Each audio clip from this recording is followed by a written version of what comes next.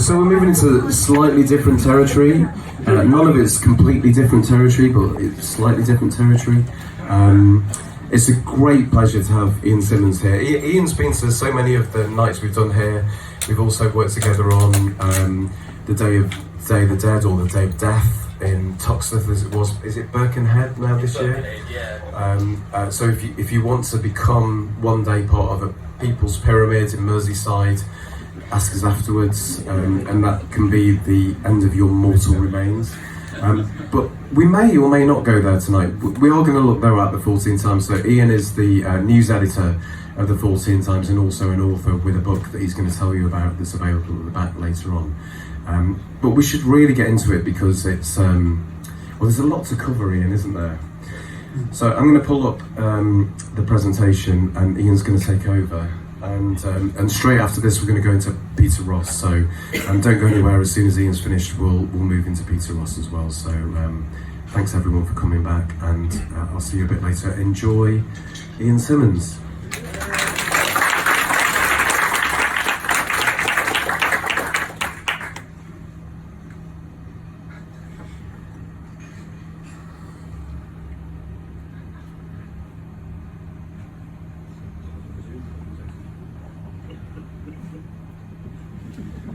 I've always been really slick at tech. If you've ever been to any of these nights before, you'll know exactly how good it can be, and that was pretty much up to standard, I think. So, Ian Simmons, everybody. That was a good slide,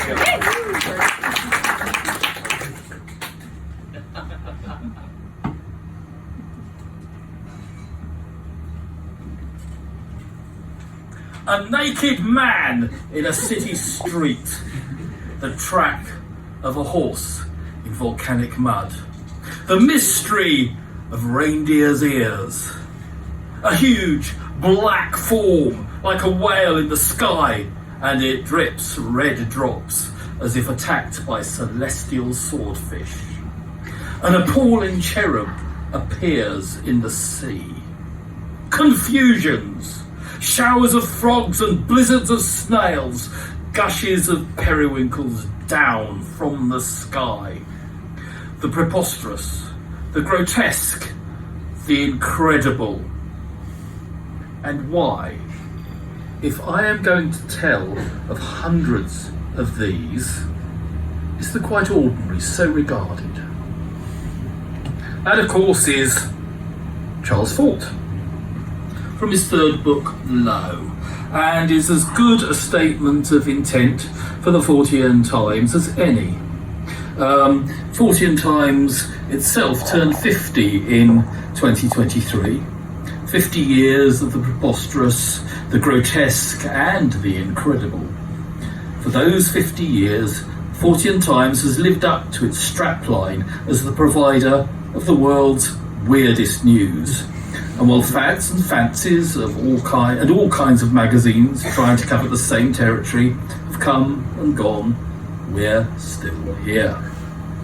I've been fortunate enough to be the FT news editor for the last 4.5 years, taking over from Chris Joseph and before him Paul Sievking.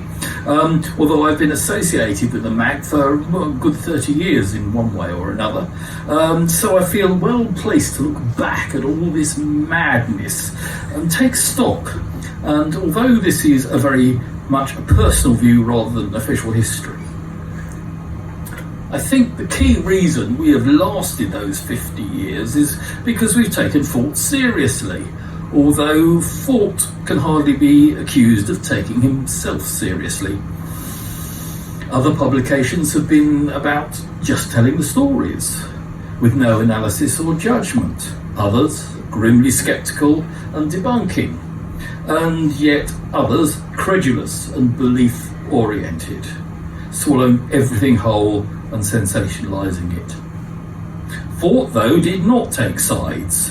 He did not believe without question whether it was claims of weirdness or their debunking. He was on the side of examining all claims and judging them on the evidence, and when things defied explanation, coming up with wonderful, speculative, tongue-in-cheek explanations that he would hold lightly until better ones came along. He firmly believed that there were vast quantities of data attesting to things contrary to conventional wisdom that were deliberately ignored because they just did not fit consensus reality, despite having solid scientific evidence in many cases. Fort called these the damned, sorry, not those, and dedicated himself to bringing them back into the light. It is in this spirit of speculative inquiry, laced with humour, along with a refusal to adhere to dogma, to not be belief-oriented, and to call out the shortcomings and absurdities of all positions on weird stuff, and to hold opinions lightly that I feel has given FT its longevity.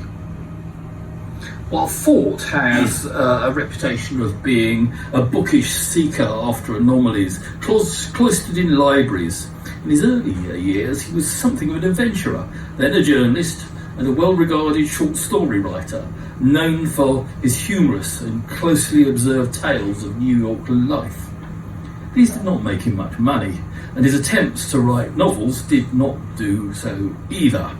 His one published novel, 1909's The Outcast Manufacturers, got nowhere, and his habit of recording his observations. Where's The Outcast Manufacturers gone? The Outcast Manufacturers. But his habit of recording notes on city life he took to writing them down on note cards that he put in index files. This became the bedrock of his research into what became known as the Fortean. It was while researching another novel that he came across anomalies, rings of fish, strange things seen in the sky, sea monsters, and was fascinated.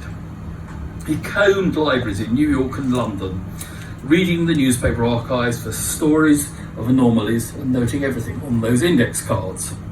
This led to 2 books, first X and then Y, attempting to classify these anomalies, neither of which satisfied him, and he destroyed the manuscript. His third attempt, it keeps going backwards. Nope. Oh, there we go, this is that. There we are. His third attempt, The Book of the Damned, worked and was published after his friend Theodore Dreiser more or less blackmailed his publisher into putting it out in 1919, when it met with a degree of incomprehension. It has to be said, although this did not stop him getting 3 more books published. Let's see if we can make it do what I'm supposed to do. Yeah. This is not doing what it's supposed to do. It likes going back to Fort. There he is with Theodore Dreiser. Apparently they're quite pissed in Dreiser's job at the time this photo was taken. Fort was neither very sociable nor very fond of being photographed, so it's really quite rare to find him hanging out with a friend and being photographed. Okay. Let's see, 3 more books. There's the 3 more books. This is New Lands in 1923, Low in 1931, and Wild Talents in 1932. One of the aspects of Fort that is often missed is his role as a literary stylist. And while people today frequently find his style frustrating, verbose, convoluted, and plain difficult, looking at him in context puts him in a different light. As well as Dreiser, other literary figures at the time appreciated Fort, and these included H.L. Mencken, Ben Hecht, John Cooper Powers, Clarence Darrow and Booth Tarkington, largely forgotten now, but big literary names in their day. If you read their stuff, you can see where Fort's style fitted in. We hope we continue to uphold literary standards. Lynn Barber of the Independent on Sunday newspaper described writing in FT as a model of elegant English, although she was quite damning about her actual content. Many of the writers who admired Fort also joined the Fortean Society, which was founded in 1931 by Theodore Dreiser. And among other, perhaps surprising early members were the noted wit Dorothy Parker, architect Frank Lloyd Wright, and futurist Buckminster Fuller. Although the man himself, though flattered, was none too sure about the enterprise. It is with the Fortean Society that the path to Fortean Times really begins. Although its first president was Dreiser, the leading light soon became Tiffany Thayer, who edited the Fortean Society's magazine, later known as Dat.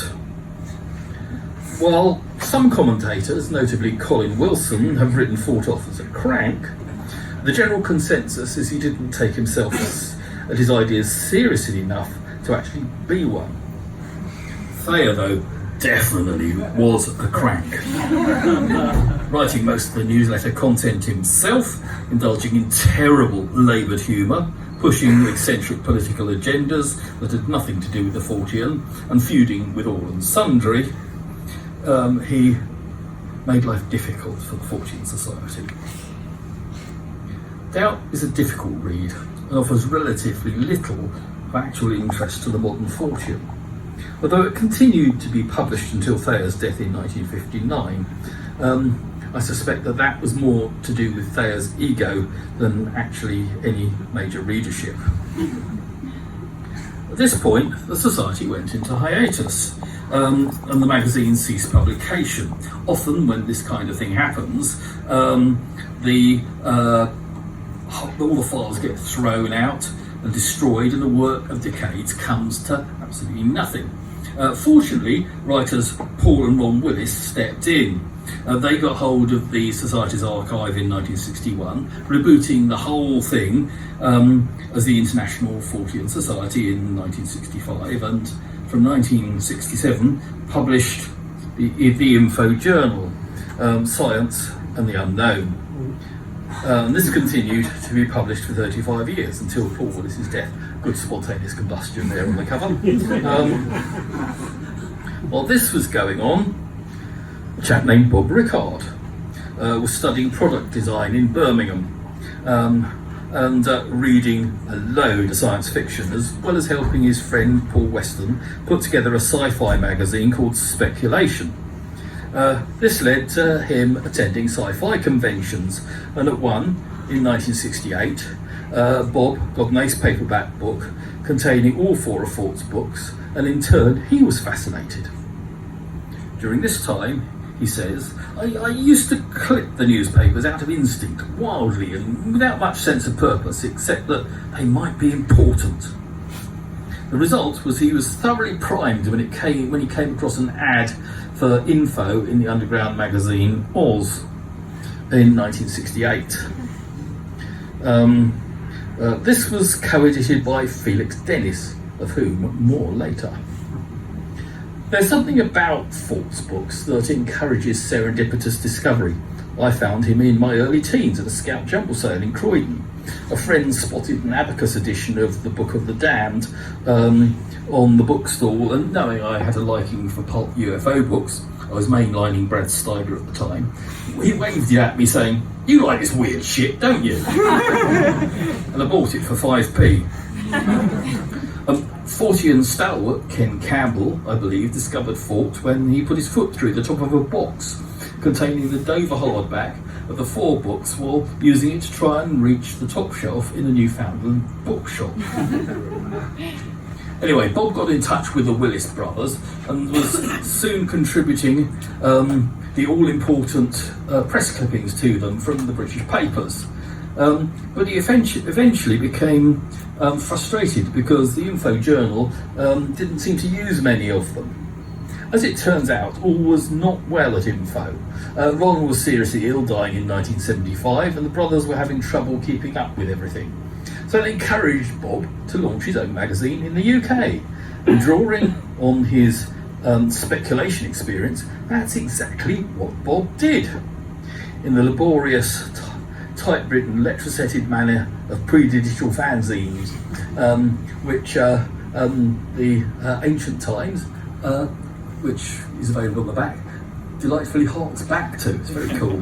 And also, it's a Times, so right in the right area with us. In these modern times of slick word processing, photoshops and blogs, it's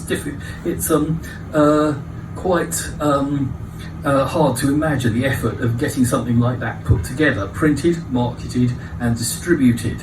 I remember working on punk fanzines later in the decade, and it took a whole bunch of us a lot of time to put out an issue, and we didn't do mail order, just hawked around local record shops. So serious commitment was needed. Mind you, back in the day there was also a thriving British small press scene that was very supportive of such efforts, and I think FT and to an extent Private Eye are about the last men standing from that now. Anyway, in November 1973, cue fanfares, the first edition, first incarnation of Fortean Times, the News, appears. Its name inspired by William Morris's News from Nowhere, and Matt did not know this when he chose today's t-shirt. It cost 35p and managed a more or less bi-monthly appearance between then and April 1976, running to 15 issues. This first issue contained the seeds of everything that followed: kestrel attacks, a body kept for 10 years, falling toads, Tunguska, a mass hysteria event at a school in Isha, curses, feral children, and someone for swallowing a fork, among other ones. A key element of FT has been a widening of the Fort remit. Fort was never one for bizarre behaviour or eccentricity, and from the start FT's brought those kind of things under its umbrella. Seems a natural fit, and well, it certainly seems to work.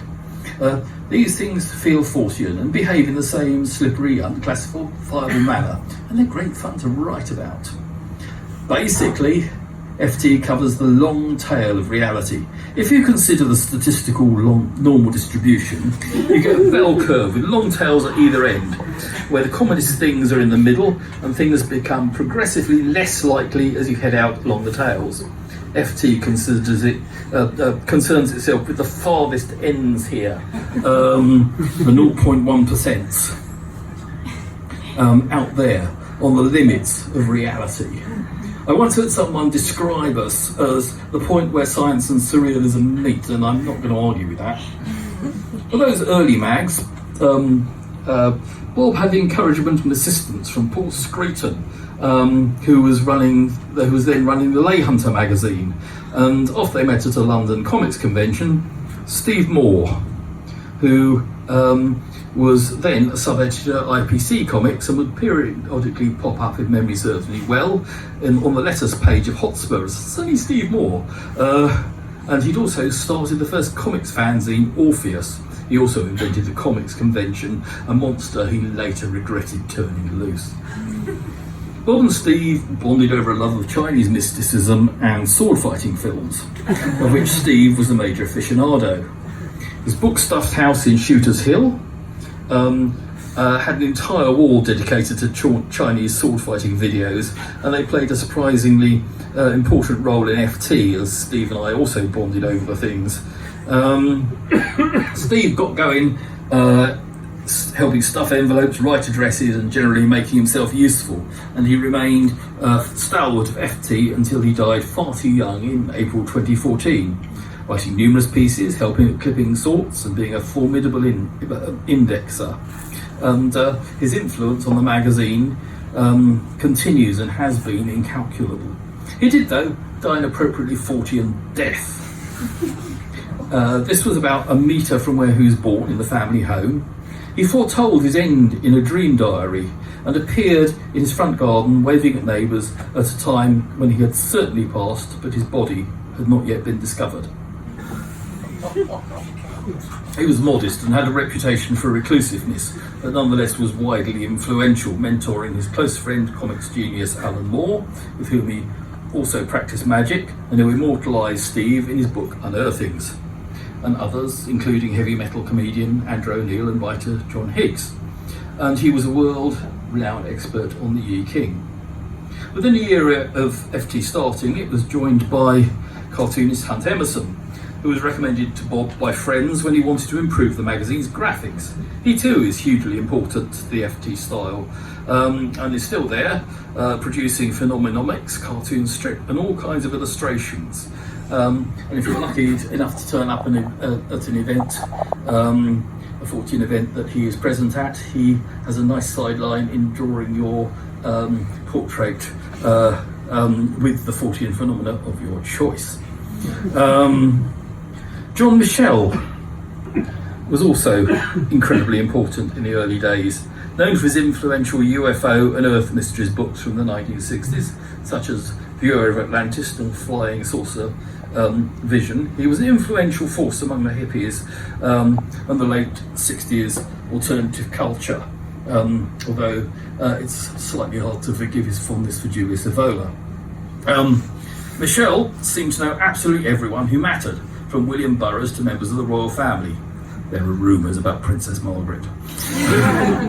Paul Sivking treasures the memory of dancing with Jerry Hall at John's 70th birthday party. John helped boost FT's standing in the early days by collaborating with Bob on several books, starting with 1977's Phenomena, a Book of Wonders. Bob has said of John that he provided a synthesis of and a context for all the other weirdness of the era. It's fair to say that he played a big part in the foundation of Fortean Times himself by helping to create a readership that wanted more things to think about and a place to discuss them. The overall effect was to help the burgeoning interest in strange phenomena spread out into mainstream culture. Another early aficionado was the actor, theatre director and cultural provocateur Ken Campbell, and known for his appearances in Fawlty Towers, Derek Jarman's Tempest, and for staging the 8-Hour Illuminatus, which also set the equally creative and provocative Bill Drummond on his path. He also did the 24-Hour Warp and did Macbeth in Vanuatu and Pidgin, where he rendered the Tomorrow and Tomorrow's speech as Nara Faladay, Mo, Nara Faladay, walkabouts, Nell Spid, day, long day, last word, off word, everyone something, bugger up, dead finish, yeah time. Sounds much better, doesn't it? He also performed the world's funniest monologues. If there was an interesting and imaginative cultural subcurrent in British culture, Ken is more than likely to be somewhere at the roots of it, either him or Bruce Lacey, both trickster spirits of the First Order. And so it was with FT. While never actually contributing huge amounts of content, Ken encouraged, promoted and supported Bob in the magazine, was later an unforgettable performer at Fortean Times unconventions. No one who saw Ken's 2002 appearance with his featured guest, a young woman known as Mouse, ever likely to forget it.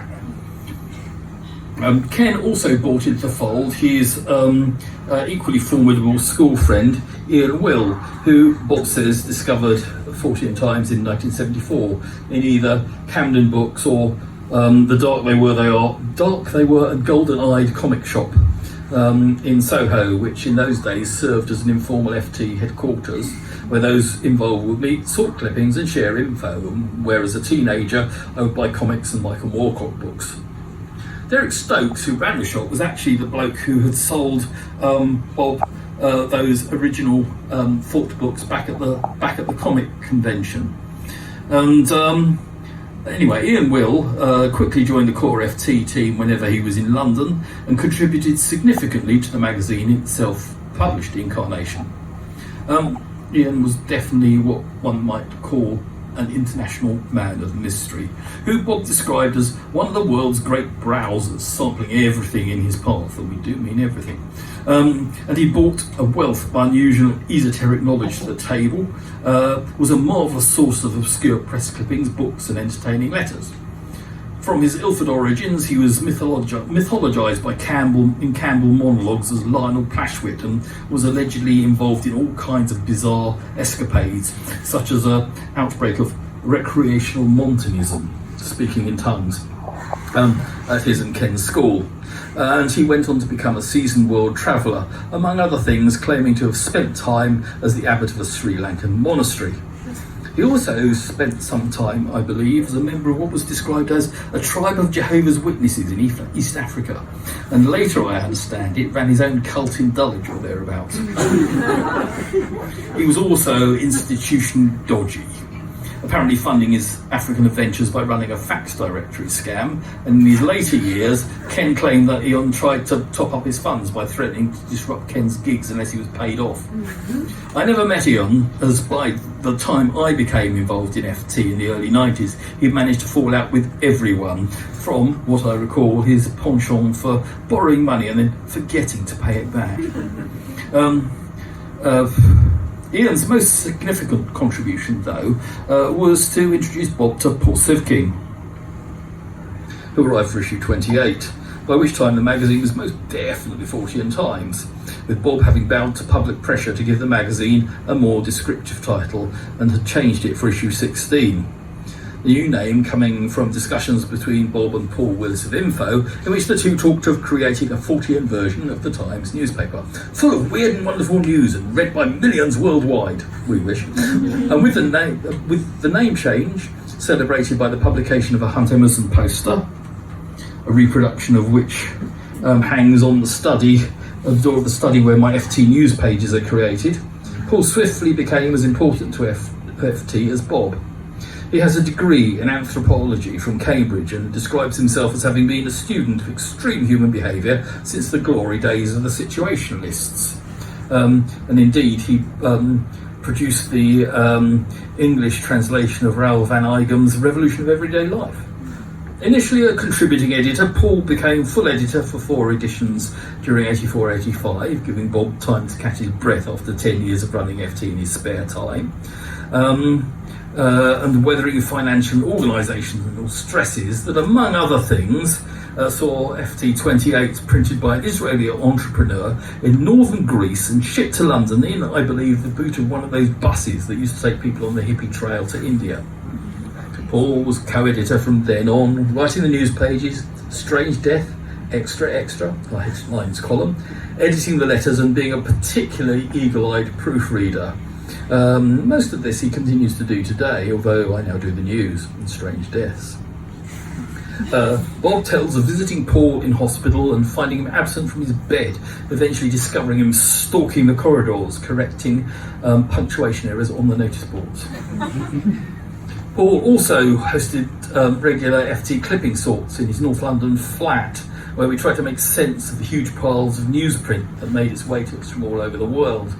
Paul's partner Val Stevenson also spent many years ably wrangling the FT news pages. With the arrival of Mike Dash, the original gang of Fort was complete, and competently and imaginatively helmed the small format independent magazine into a much loved UK countercultural niche. And there it might have remained, were it not for the success of, oh, there's Mike and the gang, Viz Comics. In the early 90s, John Brown, former head of publishing for Virgin Media, set up his own publishers, and one of the first things he did was acquire the then small northeast-based comic Viz and publish it nationally. It was an immediate success, with sales far beyond anyone's wildest dreams, and provided Brown with funds to add other magazines to his stable. One of the first beneficiaries was Fortean Times, which came on board in 1991 with issue 58. Initially, the magazine retained its small format, moved from quarterly to bi-monthly. That's a trepanning issue. But with issue 63, it moved to full magazine size, and then with 86 went monthly. These days, it's actually 4 weekly. So there are 13 issues in 12 months. In 1991, I also started doing things with FT. That's what we call having sent clippings in for years. I then volunteered to help sort them, as I was fascinated to see everything else that came in. I fondly imagined an army of sorters doing this, but in fact it was mainly Bob, Paul and Steve. There they are with the what we call the sort engines behind them, the pigeonholes, and the rules. I always like it that exorcisms go in witchcraft and occult crime, so every so often I get to put things about the Pope in there. They welcomed the assistants, and I was swiftly absorbed into the team and had been there in various capacities ever since. 2 careers, 3 partners, 4 children, 5 cities, 6 cats, and 35 years later. Sorting clippings is, I think, about the only thing I am still doing today that I did in 1991. While we're talking about them, I think it's worth spending a few minutes on clippings. Press clippings are literally the lifeblood of Fortean Times. One of the reasons I think we have survived when other magazines trying to cover similar topics have not is because our readers send us clippings, for which we are eternally grateful. These bring us extraordinary stories from all over the world every day. Once everything arrived through the letterbox in envelopes, devotedly clipped from physical newsprint, from national papers, local papers, and even international ones. But today a significant number arrive digitally in the FT News inbox with links to online stories. With the vicissitudes of print media, the electronic clippings tend to be the major source of stories today, as many local papers have vanished or been homogenised by conglomerates. But we still get a significant amount by newsprint, just sorting them today, in fact. We love our local papers that have tales that never make it to the nationals, and the international press can bring absolute wonders. My heart always leaps when something turns up from the Gleaner in Jamaica, so they really know how to write a good story and run many of their quotes in the original Jamaican patois, though not all of them, and I've never quite worked out why. And this is marvellous to read. For a long time, we used to get things from the Uganda Star, I think it was, which was full of vivid tales of encounters with talking partridges and regular stories of deep social disgrace brought about by complex farragos involving improper use of latrine pits. The increase in digital clippings has made researching stories a lot easier. You can tap into local websites and see more detailed versions of stories, and this can sometimes reveal untold treasures. I recently wrote up a good poltergeist story from Zimbabwe, but seeking greater context for it, I suddenly found that the Bulawayo local news site was teeming with the most extraordinary and vivid tales of goblin attacks, of which the poltergeist was but the latest manifestation. Wonderful. The same was true with the fentanyl overdose panic among US cops. I got one story about an exaggerated tale on a congressperson's website, and following that up, lifted the lid on a whole wave of crazy in US police forces, of which we would have otherwise been totally ignorant. Please send us clippings. Even ones we don't use immediately are valuable. Clipping sorts, they get sorted into those pigeonholes with titles like Manimals, Marine Mysteries, Medical, Animal Behaviour, Sexual Oddities, the aforementioned witchcraft and occult crime. And then they go into about 60 or so folders that end up in Bob's basement and eventually are shipped to the Swedish archives of the Unexplained Project for Digitisation. A shout out here is due to the stalwart Fort volunteers, including Rachel Carthy, Chris Joseph, Mark Pilkington, Phil Baker, Matt Salisbury, and many more over the years. FT's always seen itself as a journal of record, and while we no longer run the kind of catalogue style pieces documenting things like this year's big cat sightings, largely because there are now numerous websites catering for such things, through the work with the clippings we're keeping that side of things up. Bob, having retired from editing in 2002, is also running a major indexing project behind the scenes, and building on the work Steve Moore did in the 90s when he compiled a comprehensive index of the first 66 issues as a book. The boost that the FT got by becoming a professional publication was well timed. By the mid-90s, the X-Files hit the big time, followed by the FT-inspired but not actually connected Fortean TV, with our much-loved friend Lionel Fanthorpe at the helm. A strange phenomena became all the rage. Readership skyrocketed, and suddenly there was a whole shelf of ephemeral weirdness cash-in mags competing for space.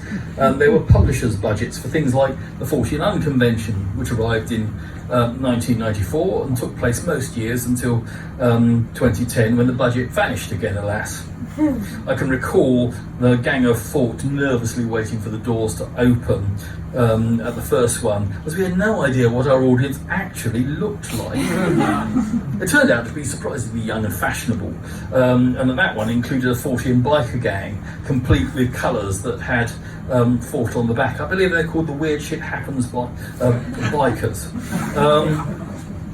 These really expanded the reach of FT, enabled us to bring together the leading thinkers in Fortean subjects from across the world. Everyone from the artist and trickster Doc Shields and to Colin Wilson could be found there. John Mack and David Jacobs talked alien abductions. The Situationist Association for Autonomous Astronauts baffled a large proportion of the audience. Stuart Home denounced himself. And I had one of the most excruciating 45 minutes of my life trying to interview David Farrant about the Highgate vampire, while he adopted a fetal position in the chair opposite, clutching a pile of overflowing plastic bags and giving me monosyllabic answers to almost every question. After which his mortal enemy, Sean Manchester, tried to sue me for calling him a fake bishop, which it turns out he technically isn't. He's more of a feral bishop, it seems. Happy days. Anyway, the move to a national publisher also gave FT an office and more staff, notably a designer, Etienne Gilfillan, who came on board after... What's he doing? Give me Etienne. There's Etienne. Yes, Etienne. And he came on board after writing a magazine and complaining that our design standards were not up to snuff and claiming he could do better, which he definitely did, so much so that when New Scientist did one of its periodic redesigns a year or two later, they ripped us off wholesale, basically. Etienne was also instrumental in bringing cutting-edge artists such as Jamie Hewlett, who is rumoured also to be Banksy, to do the covers, and various illustrations, and firmly situated FT in the contemporary zeitgeist, making it stand out from the pack. Becoming a newsstand magazine meant we also had advertising pages, which were often cross-marketed with Viz, and the result was that many an issue of the mag included pages promoting faintly ribald novelty underpants and other items that baffled our readers. The increased budget also meant we could collaborate with Croydon Museums to stage an exhibition of alleged physical evidence of Fortean's phenomena called Monsters and Miracles, bringing the skills from my then career as a museum curator into use in the Fortean sphere. This gathered everything from Uri Geller's car and a Rat King to alleged Roswell David, Poltergeist reports from Enfield and the Edinburgh Fairy coffins all together. That was very successful. Given that a scarcely believable 30 years has passed since I worked on that, I'd dearly love to do a follow-up, and indeed an exhibition of Fortean art, but the stars and the budgets have not aligned so far, alas.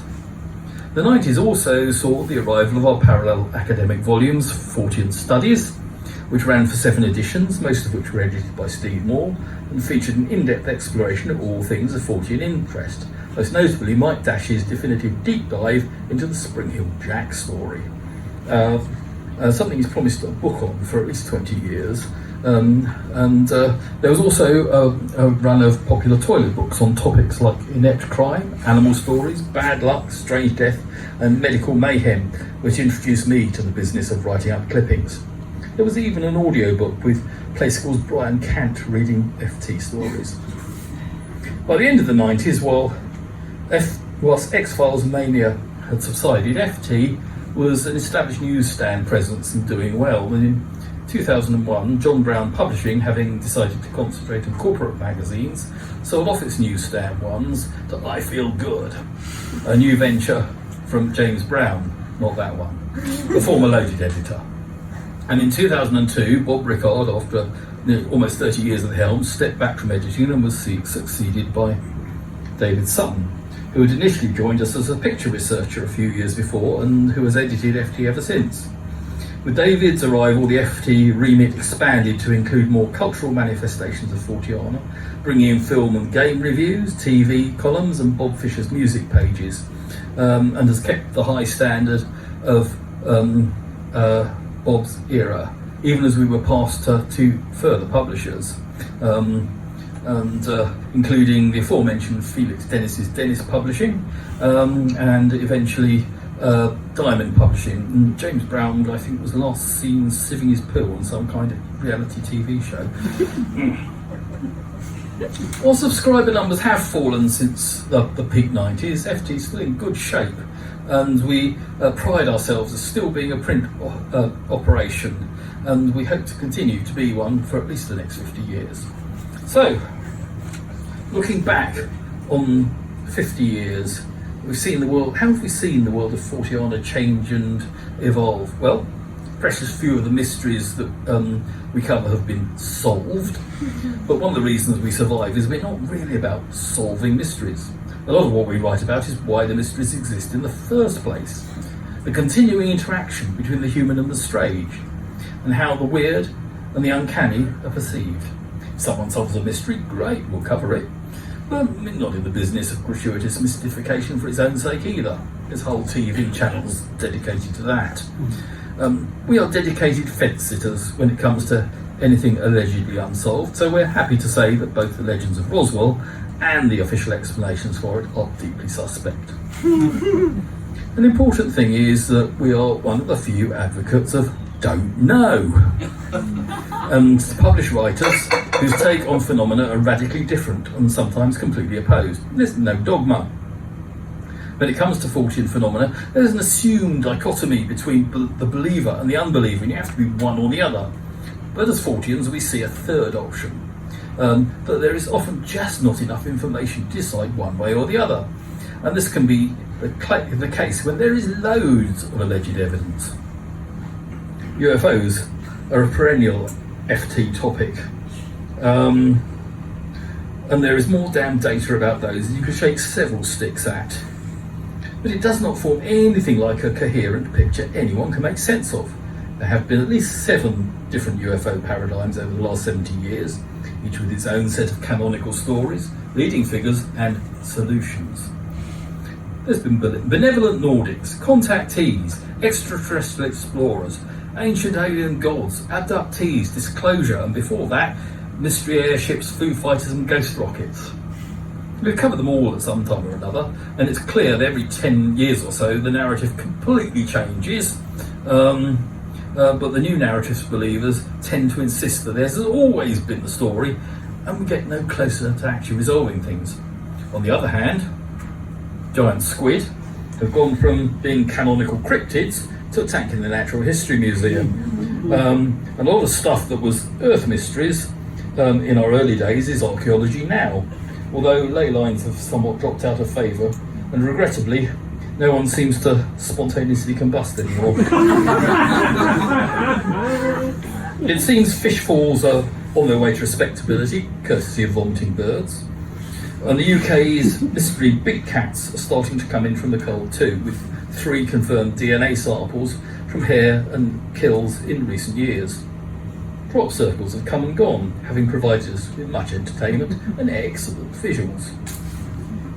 The fact that everyone is now carrying a decent camera on them has not significantly improved the evidence for mysterious phenomena or entities, which seems faintly damning for much of it. However, in my last house we had foxes breeding under the shed, and they used to play on the lawn in front of our French windows most days, but it took me literally weeks to get a decent photograph of them, and I was expecting to be there. They weren't moving much and hung around for hours, which gave me new respect for people who fail to get decent pictures of a UFO or a cryptid that fleetingly pops up in front of them. In fact, if the picture is clear, that's usually a major tell that it's a fake these days, especially with AI. So the phenomena continue to defy classification. So just when you think you know what an alien is, up pop Gene Hingley's magnificently wacky mince pie Martians, halfway between aliens and fairies and intent on stealing Christmas trees, or the intensely peculiar Sandown Sam, a kind of cubist clown with a flying shed, which we covered new revelations about in the last Fortean Times. Apparently someone had tracked down the small girl who had originally sighted him when she was 7, and she's now an adult, and confessed to having 4 more extraordinarily weird encounters with this entity. There are problems with the stories, but aren't there always? And sometimes you get things like robotic Bigfoots that jump on UFOs and zoom off. It's all interconnected somewhere, it seems, but how and why escapes us. But then again, it might just be us. Who knows? Or could it all be the same thing, some kind of trickster spirit?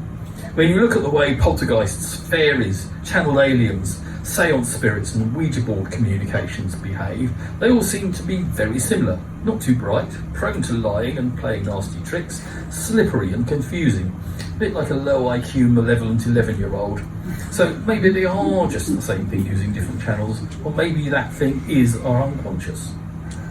One lesson from our 50 years is the more you poke about in the weird stuff, the more questions you end up with and fewer answers. It likes playing with you. Yes, it never gets any simpler. I think for me, the world of the Fortean is endlessly surprising and varied, and the physicist Archibald Wheeler sums up the Fortean Times job in any field, find the strangest thing and then explore it. Another of his quotes also strikes me as important. If you haven't found something strange during the day, it hasn't been much of a day. Which I fully intend to get as my next tattoo. I do, though, think that the last word should go to Fort, as his opening words from the Book of the Damned still describe F.T. perfectly. A procession of the damned. By the damned, I mean the excluded. We shall have a procession of data that science has excluded. Battalions of the accursed, captained by pallid data that I have exhumed, will march. You'll read them, or they'll march. Some of them livid, and some of them fiery, and some of them rotten. Some of them are corpses, skeletons, mummies, twitching, tottering, animated by companions that have been damned alive. There are giants that will walk by, though sound asleep. There are things that are theorems and things that are rags. They'll go by like Euclid, arm in arm with the spirit of anarchy. Here and there will flit little harlots. Many are clowns, but many are of the highest respectability. Some are assassins. There are pale stenches and gaunt superstitions and near shadows and lively malices, whims and amiabilities. The naive and the pedantic and the bizarre and the grotesque and the sincere and the insincere, the profound and the puerile, a stab and a laugh and the patiently folded hands of hopeless propriety, the ultra-respectable but the condemned anyway. The aggregate appearance is of dignity and dissoluteness. The aggregate voice is a defiant prayer, but the spirit of the whole is processional. The power that has said to all these things that they are damned is dogmatic science. But they'll march, and march they still do, in Fortean Times.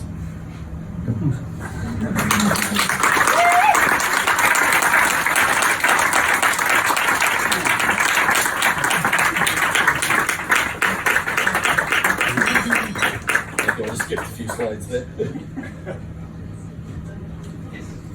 So, there are 3 Fortean Timeses at the back, if you haven't already got them. And there's also copies of my book, which has just come out, with Hoxton Mini Press, an opinionated guide to haunted London. There are copies back there and I'm happy to sign them. I'm also doing a talk on that Tuesday next week at Bard Books in Bethnal Green, and on Halloween to Read on Sea in Leigh-on-Sea in Essex, if you want to put up with me yet again. Thank